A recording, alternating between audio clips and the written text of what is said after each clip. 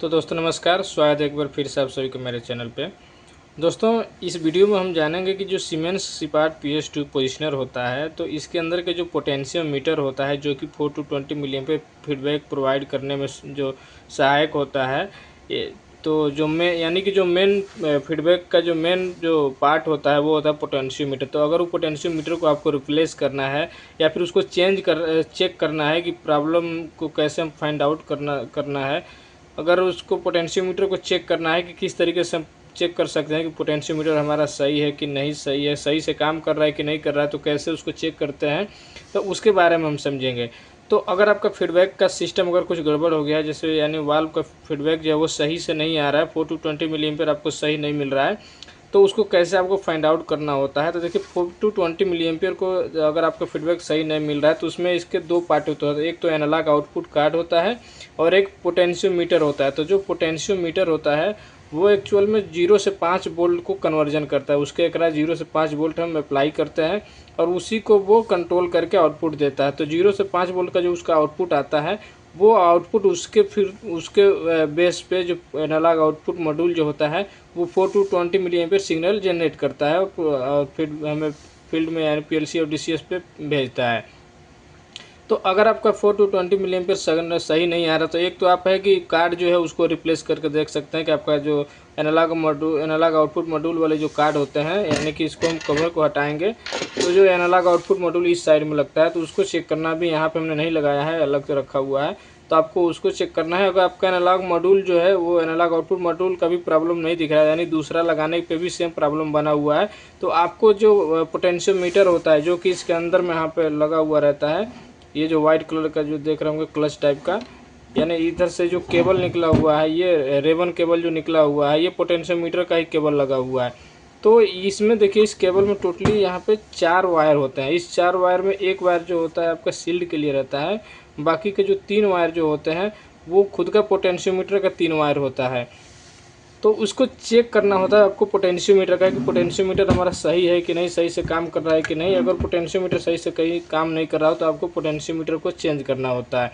तो आप पोटेंशियोमीटर को कैसे चेक करते हैं उसका हम प्रोसेस इसमें हम जानेंगे कि पोटेंशियोमीटर को कैसे चेक कर सकते हैं। देखिए पोटेंशियोमीटर जो होता है वो 3 टर्मिनल वाला इंस्ट्रूमेंट होता है, बोले तो एक डिवाइस होता है जिसको फीडबैक प्रोवाइड करने के लिए पोटेंशियोमीटर में यूज किया जाता है। तो देखिए जो पोटेंशियोमीटर का जो कंस्ट्रक्शन होता है वो आप इस पेपर पे इस तरीके से समझ सकते हैं, कुछ इस तरीके से रहता है, यहाँ पे देखेंगे तो इस तरीके से पोटेंशियोमीटर होता है। इसमें 3 टर्मिनल होता है, एक वायर 1 और एक वायर 2।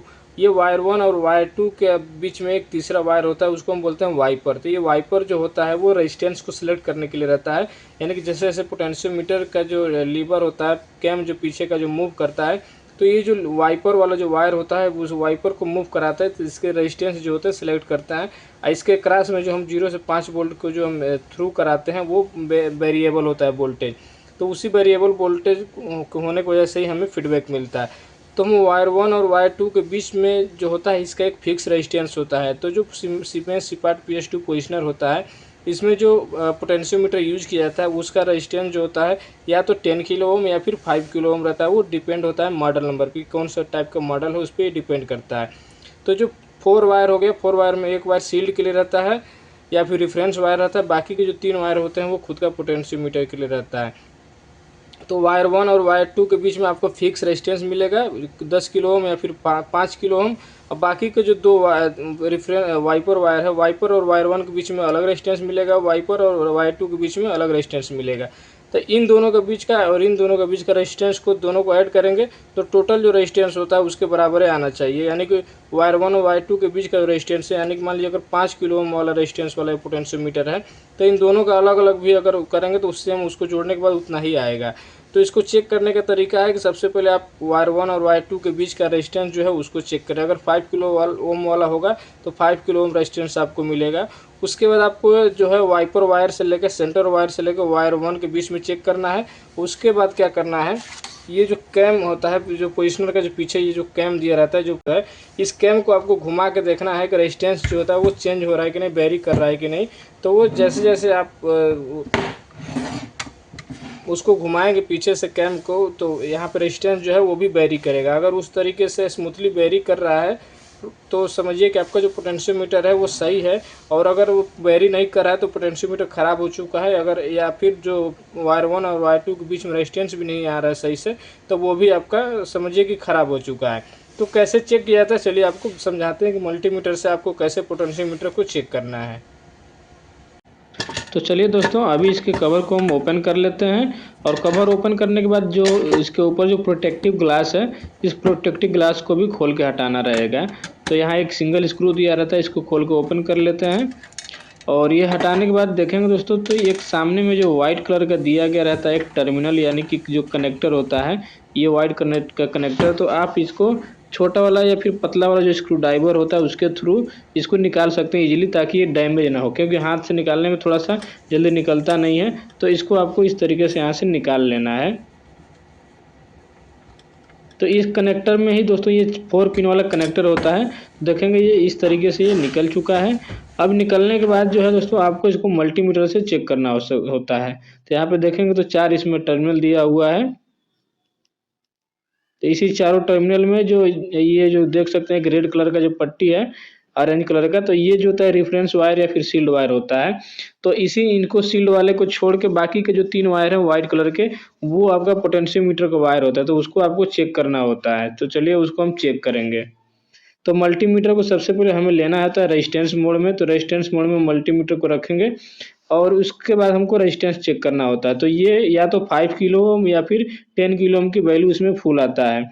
तो हम इसको रखेंगे पहले, इसका जो दोनों एंड के टर्मिनल होते हैं उस पर रख के इसका फुल रेजिस्टेंस चेक करेंगे।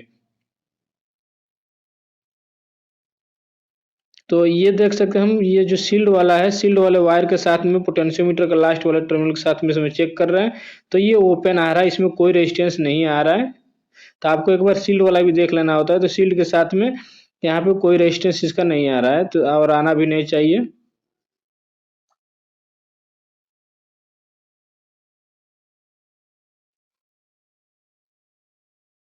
तो अब दोस्तों क्या करेंगे कि जो पोटेंशियोमीटर का जो दोनों एंड का वायर है, यानी पहला और तीसरा, इनके बीच में देखेंगे तो इसके बीच में फुल रेजिस्टेंस मिलना चाहिए, 5 किलो ओम या फिर 10 किलो ओम। तो यहाँ पे देखेंगे पहला और तीसरा वाले पे मल्टीमीटर को लगाएंगे तो यहाँ पे देखिए 10 किलो ओम रेजिस्टेंस आ रहा है, यानी कि ये जो पोटेंशियोमीटर इसमें जो है वो 10 किलो ओम वाला है। तो अभी हम क्या करेंगे, पहला और जो दूसरा जो टर्मिनल होता है उस पर हम चेक करेंगे कितना रेजिस्टेंस आ रहा है। तो देखेंगे यहाँ पे 2.44 किलो ओम रेजिस्टेंस इस पे आ रहा है। अभी हम क्या करेंगे, दूसरा और तीसरा टर्मिनल के बीच में हम चेक करेंगे। तो देखिए यहाँ पे आ रहा है 7.8।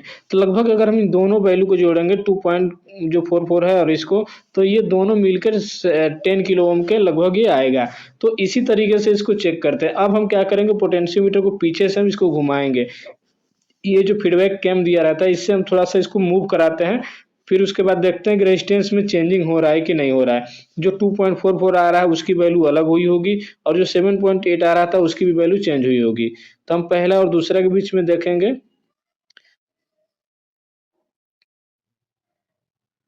तो देखेंगे यहाँ पे जो 2.44 आ रहा था वो 6.5 आ गया है, और दूसरा और तीसरा टर्मिनल के बीच में ये वैल्यू जो है यहाँ पे घट चुका है। तो इसी तरीके से ये पोटेंशियोमीटर जो है वो काम कर रहा है, और फर्स्ट और जो थर्ड टर्मिनल है इनके बीच में 10 किलो ओम आ रहा है। तो इस तरीके से जो है दोस्तों पोटेंशियोमीटर को चेक कर सकते हैं।